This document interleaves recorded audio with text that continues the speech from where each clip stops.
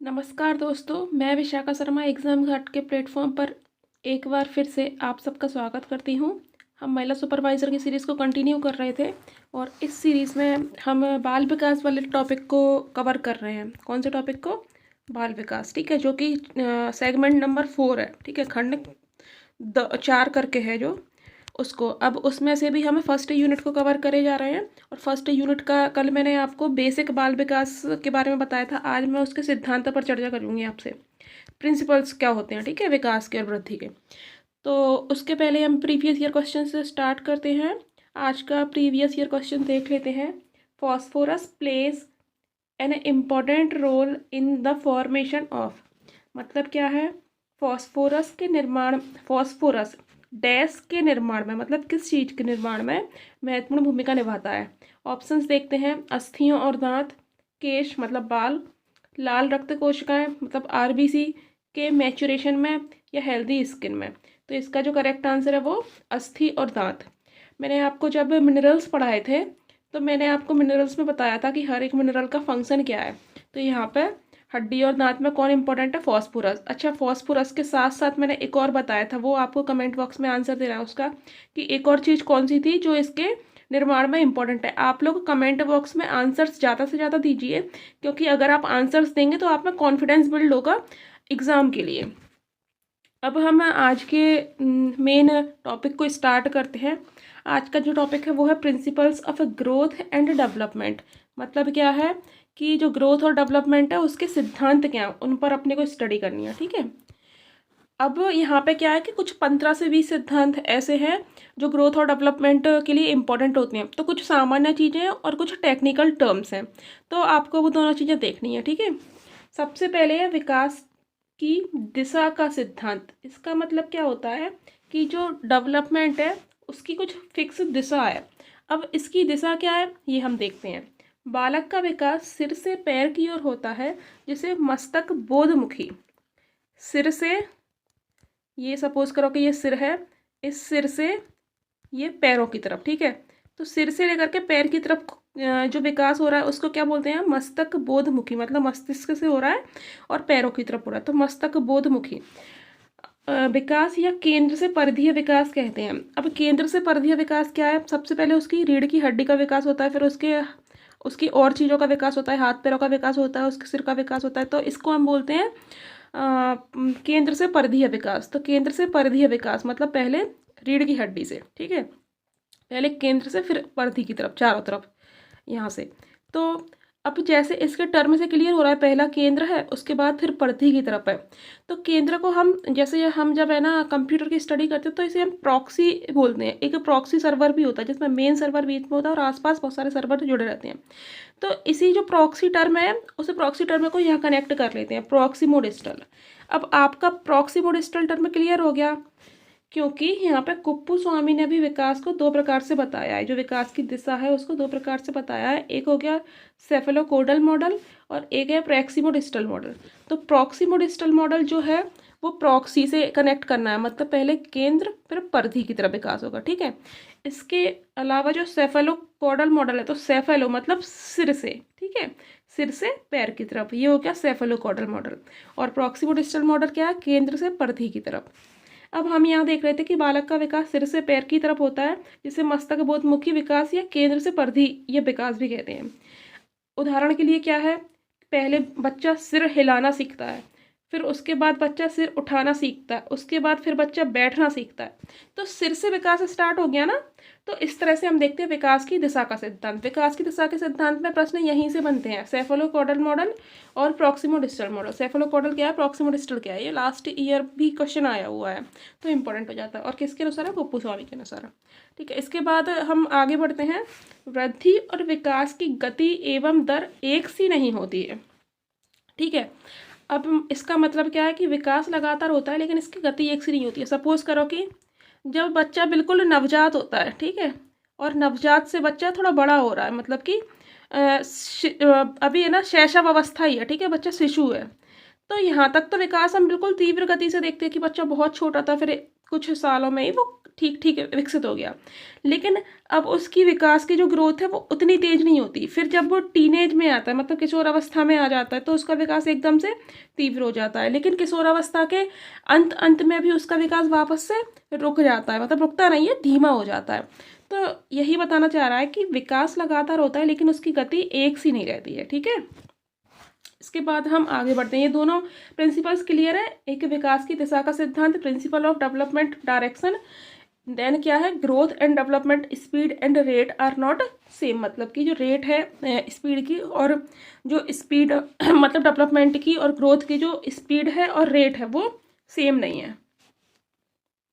Next हम देखते हैं अगला मॉडल कौन सा है, विकास क्रम का सिद्धांत। इसका मतलब क्या है कि विकास ना एक प्रॉपर सीक्वेंस से होता है, जैसे कि पहले गर्भावस्था है, देन क्या है शैशवावस्था है, देन क्या है बाल्यावस्था है, देन किशोरावस्था है। ठीक है, तो पहले बच्चा क्या होता है, शिशु होता है, सॉरी पहले बच्चा गर्भ में होता है, उसके बाद शिशु बनता है, उसके बाद बाल्यावस्था मतलब वो बालक बन गया, और देन वो किशोर बनेगा। ठीक है, तो ये एक फिक्स पैटर्न है ना कि ऐसे ऐसे चलेगा। अब ऐसा तो नहीं है कि गर्भ में से निकला बच्चा शिशु बना, शिशु से डायरेक्ट किशोर बन गया, बाल्यावस्था नहीं आई, तो ऐसा तो नहीं हो सकता है। तो सीक्वेंस से ही बच्चा बड़ा होता है, मतलब प्रिंसिपल ऑफ डेवलपमेंट सीक्वेंस, मतलब जो विकास है वो सीक्वेंस से चलेगा। नेक्स्ट हम देखते हैं निरंतर विकास का सिद्धांत। इसका मतलब क्या होता है कि विकास कोई त्वरित नहीं होगा। कैसा, एकदम से नहीं होगा विकास, कि आज तुम सपोज करो कि आज बच्चा 2.5 किलो का है और कल रातों रात वो एकदम से 5 किलो का हो गया, तो ऐसा नहीं होता, विकास त्वरित नहीं होगा। विकास में कोई त्वरित परिवर्तन नहीं होता है, इसकी गति निरंतर चलती रहती है। ठीक है, जैसे हम अगर बात करें तो दांतों का एग्जाम्पल लेते हैं हम, तो जो पहले दूध के दांत होते हैं, है ना, मिल्क टीथ होते हैं। मिल्क टीथ पहले तो बच्चे के मुंह में दांत नहीं होते, फिर मिल्क टीथ आते हैं, फिर मिल्क टीथ गिरते हैं, देन उसके क्या है, जो मतलब जो उसके एडल्ट वाले टीथ रहते हैं, या फिर जो उसके परमानेंट टीथ रहते हैं, एक तरह से मैं बोलूँ। ठीक है, तो परमानेंट टीथ उगते हैं। तो ये सब एक प्रोसेस है ना, निरंतर चल रही है धीमे धीमे, ऐसा नहीं है कि एकदम से हो गया है। ठीक है, तो ये है निरंतर विकास का सिद्धांत। इसके बाद हम देखते हैं एकीकरण का सिद्धांत। एकीकरण का सिद्धांत को हम प्रिंसिपल ऑफ इंटीग्रेशन भी कहते हैं। इसका मतलब क्या है कि बालक पहले संपूर्ण अंगों को फिर अंगों के भागों को चलाना सीखता है। जैसे सपोज करो कि कोई बच्चा है, तो वो पहले हाथ का प्रयोग सीखेगा ना, उसके बाद वो अपनी उंगलियों का प्रयोग सीखेगा। ठीक है, तो पहले बच्चा क्या करता है कि एक पूरे पार्ट को, इंटीग्रेशन मतलब कि एक बड़े पार्ट को, देन उसके बाद में उसके फाइन उसके एप्लीकेशंस करता है। पहले हाथ फिर उंगलियों को, और बाद में हाथ व उंगलियों को दोनों एक साथ में हिलाता है। ठीक है, तो ये हो गया एकीकरण का सिद्धांत। इसके बाद हम देखते हैं आगे परस्पर संबंध का सिद्धांत। इसका मतलब क्या होता है, सपोज करो कि आपका हाथ है ना आग से टच हो गया है, आग से आपका हाथ टच हो गया है। ठीक है, सामने, या फिर आप देख लो कि आपके सामने आग है, तो आप सीधे पीछे हटोगे। अब जो पीछे हटना है वो क्या है, आपका शारीरिक। ठीक है, एकदम से पीछे हटा तो वो एक तरह से आपकी जो शरीर ने रिएक्शन कर दिया। इसके बाद आपके दिमाग में भी क्लिक हो गया कि मुझे ये, इससे मैं जल जाऊंगा। तो ये क्या है, ये सारी चीज़ें एक साथ में हो रही हैं। ये मतलब विकास का एग्जाम्पल नहीं है, मैं जस्ट कनेक्ट कर रही हूँ कि आपकी बॉडी पीछे हटी, आपके दिमाग में भी क्लिक किया, तो यहाँ पर क्या है कि सारी चीज़ें एक साथ काम कर रही हैं। तो ऐसा ही इसका मतलब है कि शरीर का सभी प्रकार का विकास, शारीरिक हो, मानसिक हो, सामाजिक हो, संवेगात्मक हो, एक दूसरे से संबंधित होते हैं। अब अगर कोई स्वस्थ बच्चा ही नहीं है, तो अगर बच्चा स्वस्थ नहीं है तो उसका मन ही नहीं लगेगा कि वो मानसिक क्रियाएं करे या वो सामाजिक क्रियाएं करे, है ना, लोगों से मिले जुले। तो इसका क्या सेंस है कि सारी चीज़ें एक साथ चलती हैं। तो इसका मतलब है परस्पर संबंध का सिद्धांत, सारी चीज़ें एक तरह से इंटर रिलेटेड है। ठीक है, नेक्स्ट हम क्या देखते हैं, वंशानुक्रम का वातावरण और अंतःक्रिया का सिद्धांत। इसका मतलब क्या है, वंशानुक्रम का और वातावरण की अंतःक्रिया का। ठीक है, वंशानुक्रम का मतलब क्या है कि हेरेडिटी, मतलब इनहेरिटेंस में उसे कुछ चीज़ें मिल रही हैं। जैसे कि कुछ बच्चों के मम्मी पापा बहुत शार्प होते हैं, तो उसमें हेरेडिटी के फॉर्म में वो वाला जो जीन है वो आया है। तो इसका मतलब क्या है कि इनहेरिटेंस में, मतलब वंशानुक्रम में जो चीज़ें मिलती हैं वो, और जो एनवायरनमेंट से चीज़ें उसको मिल रही हैं, वो अपने चारों तरफ जैसी चीज़ें देख रहा है, उसके हिसाब से भी विकास पर प्रभाव पड़ता है। तो इन दोनों का प्रभाव पड़ता है और इन दोनों की अंत्यक्रिया का, मतलब इन दोनों के रिलेशन का। ठीक है, यही है कि बालक पर वंशानुक्रम का और वातावरण और दोनों की अंतःक्रिया का प्रभाव पड़ता है। नेक्स्ट हम देखते हैं व्यक्तिगत विभिन्नता का सिद्धांत, प्रिंसिपल ऑफ इंडिविजुअल वेरिएशन। इसका मतलब क्या है कि बच्चों में कुछ इंडिविजुअल डिफरेंसेस होते हैं। देखो, सपोज करो कि एक बच्चा है ए और एक बच्चा है बी। अब एज के हिसाब से इसकी हाइट बहुत तीव्र गति से बढ़ी, लेकिन इसकी हाइट धीमे धीमे बढ़ रही है। ठीक है, तो ये इंडिविजुअल डिफरेंसेस हो गए। या फिर अगर मैं बोलूँ कि इसका मानसिक विकास, ए का मानसिक विकास बहुत धीमे हुआ है, ठीक है, लेकिन बी का मानसिक विकास बहुत तेज हो गया। तो ये क्या है कि इंडिविजुअल डिफरेंस होते हैं। सपोज करो कि दो जुड़वा बच्चे होते हैं, तो जुड़वा बच्चों में भी तुम एक जैसे बिल्कुल कैरेक्टरिस्टिक नहीं देख सकते हो सकता है कि एक का इंटरेस्ट क्रिकेट में हो, एक का इंटरेस्ट स्टडीज़ में हो, तो यहाँ पे उनका जो विकास है वो थोड़ा सा माइन्यूट डिफरेंस में हुआ है ना। तो ऐसा ही है कि एक ही उम्र के दो बच्चों में शारीरिक, मानसिक, भाषा एवं संवेगात्मक विकास में भिन्नता होती है। नेक्स्ट हम आगे बढ़ते हैं, सामान्य से विशिष्ट क्रियाओं का सिद्धांत। मतलब क्या है कि पहले बच्चा सरल चीज़ें करता है, सामान्य चीज़ें करता है, उसके बाद विशिष्ट क्रियाएं करता है। सपोज करो कि पहले बच्चा रीडिंग सीख रहा है, ठीक है, तो रीडिंग में वो पहले क्या सीखता है, बेसिक क ख ग घ, ठीक है, उसके बाद वो दो दो तीन तीन शब्द को मिलाकर सीखता है। अब मैं बोलूँ कि वो बहुत ट्रिपिकल शब्दों को, ये वाले शब्दों को, ये वाले शब्दों को, ठीक है, ये वाले शब्दों को, तो इन शब्दों को वो बाद में सीखता है। उसका मतलब क्या है कि पहले उसने सामान्य चीज़ें सीखी, जनरल चीज़ें सीखी, उसके बाद उसने स्पेसिफिक चीज़ें सीखी, विशिष्ट चीज़ें सीखी। ठीक है, तो इसे हम बोलते हैं सामान्य से विशिष्ट क्रियाओं का सिद्धांत। इसके बाद हम आगे देखते हैं विकास का लंबवत ना होकर के चक्राकार या वर्तुलाकार होना। इसका मतलब क्या है कि विकास जो होता है वो कुछ इस तरह से आगे बढ़ता है। ठीक है, इसका मीन्स क्या है कि पहले विकास इतना हो गया, उसके बाद वो फिर से वापस इधर इधर मतलब पहले वाले स्टेज पर आया है, फिर वो आगे बढ़ा है, फिर वो उसके पहले वाले स्टेज पर आया है। इसका मतलब क्या है कि विकास एक अवस्था को पूरा करके नेक्स्ट अवस्था में पहुंच गया, देन वो वापस इस अवस्था में नहीं आएगा, ऐसा नहीं है, वो वापस से उस अवस्था से गुजर के जाता है। जैसे हम सीख सकते हैं, जैसे हम जनरली समझ सकते हैं कि अगर आप राइटिंग सीखता है बच्चा कोई, ठीक है, क्या सीख रहा है बच्चा, राइटिंग सीख रहा है, उसको लिखना कैसे है, तो वो पहले जनरल चीज़ें सीख लेता है। जैसे सपोज करो कि उसने सीख लिया कि this is cow, this is a cow, और वो ऐसे छोटे छोटे टर्म्स को लिखना सीख गया। अब मैं बोलूँ कि अम्ब्रेला, अम्ब्रेला भी तो एक लिखने की चीज़ है, तो वो अब यहाँ पे इसको लिखना सीख गया है, अब वो आगे बढ़ रहा है, ठीक है, लिखने की स्टेज से वो आगे बढ़ रहा है, लेकिन फिर से वो इसको लिखने पर वापस आएगा, वो धीरे धीरे पीछे की चीज़ें भी सीखता जाता है। ठीक है, तो इसका सेंस यही है कि विकास का लंबवत न होकर वर्तुलाकार होता है। इसे हम एक और चीज़ से कनेक्ट कर सकते हैं कि सपोज करो कि लंबाई में वृद्धि हो रही है, तो लंबाई बस में वृद्धि नहीं होगी, उसकी चौड़ाई में भी वृद्धि होगी।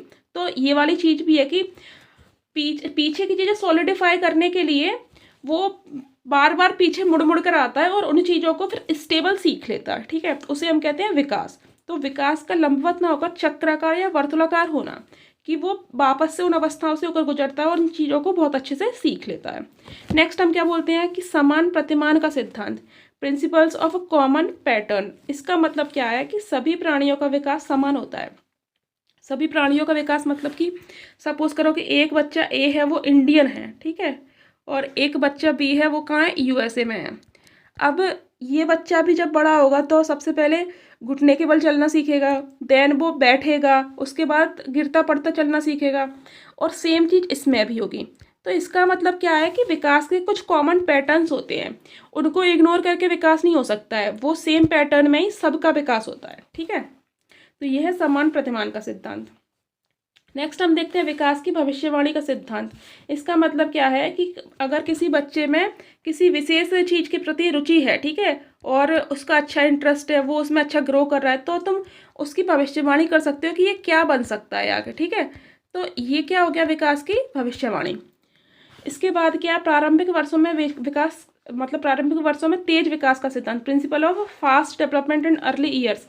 मतलब वही है कि प्रारंभिक वर्ष होते हैं जब, जैसे कि अगर मैं बोलूँ कि शैशव अवस्था होती है, जब बच्चा शिशु होता है तो उसका जो विकास होता है वो तीव्र होता है। ठीक है, यही लिख रखा है कि तेज विकास होता है। उसके बाद संचय और पुनरावृत्ति का सिद्धांत। संचय मतलब क्या होता है कि बच्चा कुछ भी चीज़ों को सीखता गया तो वो उनको स्टोर करता है और फिर से वापस चीज़ें आती हैं या उन स्टोर चीज़ों का वो यूज़ करता है। तो इसे ही बोलते हैं संचय और पुनरावृत्ति का सिद्धांत। मतलब उसके सामने चीज़ें आती रहती हैं, वो स्टोर करता रहता है, उन चीज़ों को सॉलिडिफाई करता रहता है और अच्छे से करता रहता है और उनकी पुनरावृत्ति लगातार होती रहती है। उसके बाद हम आगे बढ़ते हैं।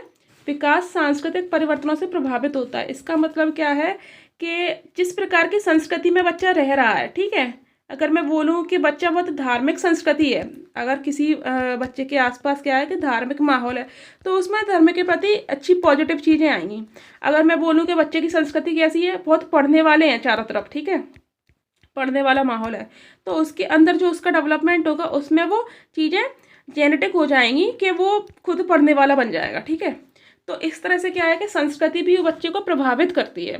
अगर अपन बात करें कि बच्चे के आसपास की संस्कृति बहुत नेगेटिव है, बहुत लड़ाई झगड़े वाले लोग हैं, तो उसके अंदर जो अग्रेशन होगा वो अपने आप आ जाएगा इस तरह से। नेक्स्ट है विकास परिपक्वता और सीखने की उपज है। Development is product of maturation and learning. इसका मतलब क्या है कि विकास जो हो रहा है एक तो वो परिपक्वता से होगा। परिपक्वता का मतलब क्या है कि एज जैसे जैसे बढ़ती जाएगी डेवलपमेंट होता जाएगा, लेकिन साथ साथ में क्या है कि लर्निंग से भी डेवलपमेंट होता है, ठीक है। हम लर्निंग से भी बहुत चीज़ें सीखते हैं और वो लर्निंग से चीज़ें सीखना भी हमारा विकास है एक तरह से। तो इस तरह से हमने देखा कि विकास परिपक्वता और सीखने की उपज है। तो हमने विकास के इस तरह से सारे जो प्रिंसिपल्स हैं उनको कवर किया है। एक बार हम फटाफट से रिवीजन कर लेते हैं। हमने कहाँ से स्टार्ट किया था, ये यहाँ से स्टार्ट किया है। विकास की दिशा का सिद्धांत। दिशा के सिद्धांत में हमने क्या देखा था कि सिर से पैर की तरफ हो सकता है विकास, या सिर से पैर की तरफ, या केंद्र से परिधि की तरफ। जो केंद्र से परिधि की तरफ होता है उसे प्रॉक्सिमोडिस्टल कहते हैं और सिर से पैर की तरफ होता है उसे हम सेफेलोकेडल कहते हैं। उसके बाद वृद्धि और विकास की दर और गति एक सी नहीं होती है, ठीक है। अब मतलब शैशव अवस्था में बच्चे का विकास तीव्र गति से होता है, लेकिन जैसे वो थोड़ा सा बड़ा हो जाता है तो उसके विकास की दर धीमी हो जाती है। फिर अगेन हम किशोरावस्था में देखते हैं तब उसका विकास तेज हो जाता है, लेकिन किशोरावस्था के एंड तक आते आते उसका विकास वापस से धीमा हो जाता है। उसके बाद विकास की क्रम का सिद्धांत। अब यहाँ जैसे LSRW है, मतलब पहले बच्चा लिसनिंग सीखता है, सुनना सीखता है, उसके बाद बच्चा स्पीकिंग सीखता है, बोलना सीखता है, उसके बाद रीडिंग सीखता है, फिर राइटिंग सीखता है। तो ये एक मतलब सीक्वेंस हुआ ना, तो इसे बोलते हैं हम प्रिंसिपल ऑफ डेवलपमेंट सीक्वेंस, मतलब विकास क्रम का सिद्धांत। उसके बाद निरंतर विकास का सिद्धांत। इसमें क्या है कि विकास त्वरित नहीं होता है, धीमे धीमे होता है। कभी हमें मतलब कि कभी तीव्र गति से भी होता है, उसका मतलब ये कि वो धीमे धीमे ही होता है, एकदम से तीव्र नहीं होगा। तीव्र गति का सेंस क्या होता है कि एक अवस्था में विकास कंपेरेटिवली थोड़ा सा तेज होता है, ठीक है। तो विकास निरंतर होता है, त्वरित नहीं होता है। उसके बाद एकीकरण का सिद्धांत, मतलब पहले बच्चा अपने पूरे जो बॉडी पार्ट्स है उसका काम सीखता है, उसके बाद उसके कुछ जो भी फाइन उसकी मतलब मसल्स होती हैं या उसके पार्ट्स होते हैं उनका काम सीखता है, और फिर इंटीग्रेशन का रिलेशन। जैसे सपोज करो कि वो पहले पूरे पैर को उठाना सीखेगा, पूरे पैर को हिलाएगा, उसके बाद पैर की उंगलियों को हिलाएगा, फिर वो दोनों को रिलेट करना सीख जाएगा कि कब उसको क्या करना है। तो ये हो गया इंटीग्रेशन का सिद्धांत। इसके बाद देखते हैं परस्पर संबंध का सिद्धांत। मतलब शारीरिक विकास हो रहा है तो उसका मतलब केवल शारीरिक विकास नहीं है, उसके साथ साथ उसका मानसिक, सामाजिक, संवेगात्मक सभी प्रकार के विकास भी रिलेटेड रहते हैं। वंशानुक्रम का वातावरण की अंत्यक्रिया का सिद्धांत। मतलब क्या है कि उसको हेरिडिटी में जो भी चीज़ें मिलती हैं उसका भी डेवलपमेंट पर प्रभाव पड़ता है, और साथ साथ में एनवायरनमेंट से भी उसको चीज़ें मिल रही हैं डेवलपमेंट के लिए। उसके बाद व्यक्तिगत विभिन्नता का सिद्धांत। दो बच्चे सेम एज के हैं लेकिन दोनों की जो इंटेलिजेंस है वो अलग है, दोनों का जो बॉडी स्ट्रक्चर है वो अलग है, तो ये क्या है, व्यक्तिगत विभिन्नता। इसके बाद क्या है, सामान्य से विशिष्ट की ओर। मतलब पहले बच्चा सामान्य चीज़ें सीखेगा, उसके बाद वो कुछ विशिष्ट चीज़ें सीखेगा। पहले अगर मैं बोलूँ कि वो रीडिंग सीख रहा है तो सामान्य क ख ग घ को रीड करना सीखेगा, उसके बाद वो ज्वाइन कर करके सीखेगा, फिर वो कुछ स्पेसिफिक वर्ड्स सीखेगा, ठीक है। उसके बाद विकास का लंबवत न होकर वर्तुलाकार होना। मतलब क्या है कि विकास एक अवस्था से होकर चला जाएगा आगे की अवस्था में, लेकिन क्या है कि पीछे की चीज़ों को भी वो करता रहेगा, उससे उसकी जो चीज़ें हैं पीछे की वो सॉलिड होती जाएंगी। सपोज करो कि उसने जैसे LSRW है, लिसनिंग, स्पीकिंग, रीडिंग और राइटिंग, तो उसने अगर सिंपल चीज़ों को रीड करना सीख लिया फिर वो राइटिंग की तरफ बढ़ता है, लेकिन वो और डिफ़िकल्ट चीज़ों को रीड करता रहता है, उससे उसकी जो रीडिंग की स्किल है वो बहुत मजबूत हो जाती है ना। तो ये जो सीक्वेंस है वो केवल एक दिशा में ऐसा नहीं चलेगा, वो वर्तुलाकार चलेगा, इस तरह से चलेगा, ठीक है, स्पाइरल होगा, लीनियर नहीं होगा। इसके बाद क्या है, समान प्रतिमान का सिद्धांत, मतलब क्या है कि जो सभी प्राणी हैं उनमें जो विकास के जो पैटर्न्स है एक तरह से वो सेम होते हैं। जैसे कि अगर किसी भी मतलब जैसे कि अगर बच्चा यहाँ जन्मा है तब भी वो सेम होगा, जैसे मैंने एग्जांपल दिया था कि अमेरिका में जन्मा है तब भी वो उसका विकास जो होगा उसके स्टेप्स सेम रहेंगे। नेक्स्ट हमने क्या देखा था कि विकास की भविष्यवाणी का सिद्धांत, हम आज के विकास को देख करके बच्चे की भविष्यवाणी कर सकते हैं कि वो क्या बन सकता है क्या नहीं। फिर प्रारंभिक वर्षों में विकास तेज गति से होता है, हम देखते हैं विकास का संचय और पुनरावृत्ति, मतलब चीज़ों को बच्चा सीखता जाता है, स्टोर करता जाता है, उनका रिपीटेशन करता जाता है, तो उससे उसकी चीज़ें और सॉलिड हो जाती हैं। देन विकास सांस्कृतिक परिवर्तनों से प्रभावित होता है, आसपास की संस्कृति कैसी है उससे विकास को अफेक्ट होता है।